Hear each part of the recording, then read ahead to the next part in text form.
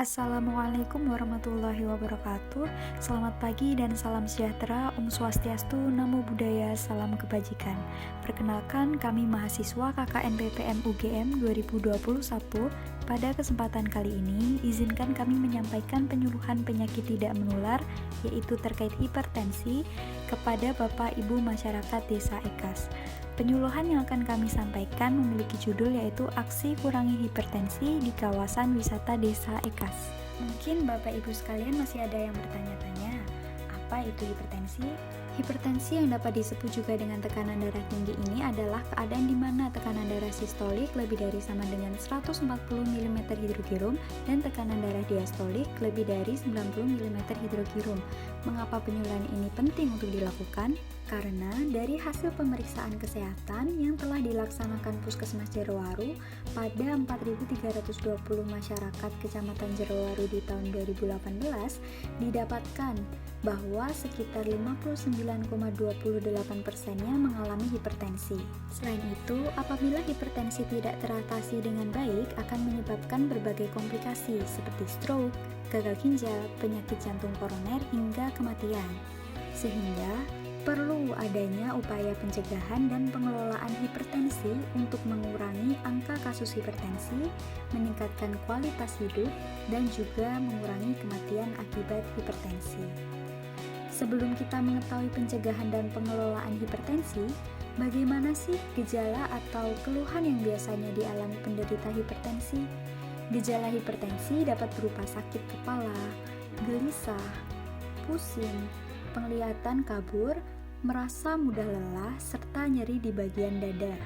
Penyebab dari hipertensi sendiri dibagi menjadi dua, hipertensi primer atau esensial dan hipertensi sekunder. Hipertensi primer adalah hipertensi yang tidak diketahui penyebabnya, sedangkan hipertensi sekunder adalah hipertensi yang penyebabnya dapat ditentukan melalui tanda-tanda diantaranya seperti adanya kelainan pembuluh darah ginjal, gangguan kelenjar tiroid atau hipertiroid, dan penyakit kelenjar adrenal atau hiperaldosteronisme. Siapa saja yang berisiko mengalami hipertensi? Orang-orang yang memiliki risiko lebih tinggi mengalami hipertensi yaitu orang-orang yang merokok, yang mengkonsumsi alkohol, ataupun orang-orang yang memiliki pola makan buruk seperti makan berlebihan, makan makanan tidak sehat atau tidak teratur, dan orang yang kurang dalam melakukan aktivitas fisik. Oleh karena itu, orang dengan faktor risiko dan orang sehat pun perlu untuk melakukan pencegahan hipertensi. Pencegahan hipertensi dapat dilakukan dengan cerdik. C. Cek kesehatan secara rutin yang dapat dilakukan di puskesmas atau fasilitas kesehatan terdekat. E. Enyahkan asap rokok. R. Rajin aktivitas fisik. Aktivitas fisik dapat berupa jalan kaki, mencuci baju, mengepel, berkebun, senam aerobik, dan sebagainya. Namun, dalam melakukan aktivitas fisik di masa pandemi ini, jangan lupa untuk tetap sesuai protokol kesehatan ya Bapak Ibu. Kemudian D, diet seimbang. Diet seimbang yaitu menerapkan pola makan minum dengan komposisi makanan yang seimbang dan beragam mulai dari sumber karbohidratnya, proteinnya, lemak baik, vitamin mineral, serat, dan air sesuai dengan kebutuhan tubuh. Kemudian I, istirahat yang cukup, dan K, kelola stres. Lantas, bagaimana dengan penderita hipertensi? Apa yang harus dilakukan penderita hipertensi?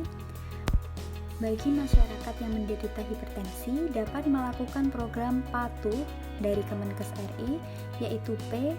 Periksa kesehatan secara rutin dan ikuti anjuran dokter. A. Atasi penyakit dengan pengobatan yang tepat dan teratur. T. Tetap diet dengan gizi seimbang. U. Upayakan aktivitas fisik dengan aman, yang berarti sebaiknya sesuai dengan anjuran dokter. H. Hindari asap rokok, alkohol, dan zat karsinogenik lainnya. Makanan gizi seimbang yang dapat dikonsumsi penderita antara lain sebagai berikut, yaitu yang pertama, makanan untuk sumber karbohidratnya dapat berupa beras atau ubi, mie, maizena, hangkue, terigu, gula pasir. Yang kedua, yaitu sumber protein nabati seperti kacang-kacangan, ataupun hasil olahannya seperti tempe, tahu tawar, atau oncom. Kemudian untuk sumber protein hewani bisa berupa ikan atau unggas, daging putih, putih telur, susu rendah lemak, ataupun susu bebas lemak. Yang terakhir, untuk sumber vitamin dan mineralnya bisa berupa sayur dan buah-buahan segar. Mengatur menu makanan sangat dianjurkan bagi penderita hipertensi untuk menghindari dan membatasi makanan yang dapat meningkatkan kadar kolesterol darah serta meningkatkan tekanan darah, sehingga penderita tidak mengalami stroke ataupun infark pada jantung. Makanan yang harus dihindari atau dibatasi antara lain yaitu garam atau bumbu-bumbu lain yang mengandung garam natrium. Setelah itu, makanan dan minuman dalam kaleng seperti sarden ataupun kornet, ataupun sayuran serta buah-buahan dalam kaleng dan soft drink. Kemudian, alkohol dan makanan yang mengandung alkohol seperti durian dan tape. Demikian penjelasan dari kami mengenai beberapa hal tentang hipertensi beserta pencegahan dan pengelolaannya. Mari kita semua bersama-sama terapkan pola hidup sehat mulai dari sekarang dan seterusnya demi mencegah timbulnya penyakit hipertensi. Sekian dan terima kasih atas perhatian Bapak Ibu sekalian. Wassalamualaikum warahmatullahi wabarakatuh.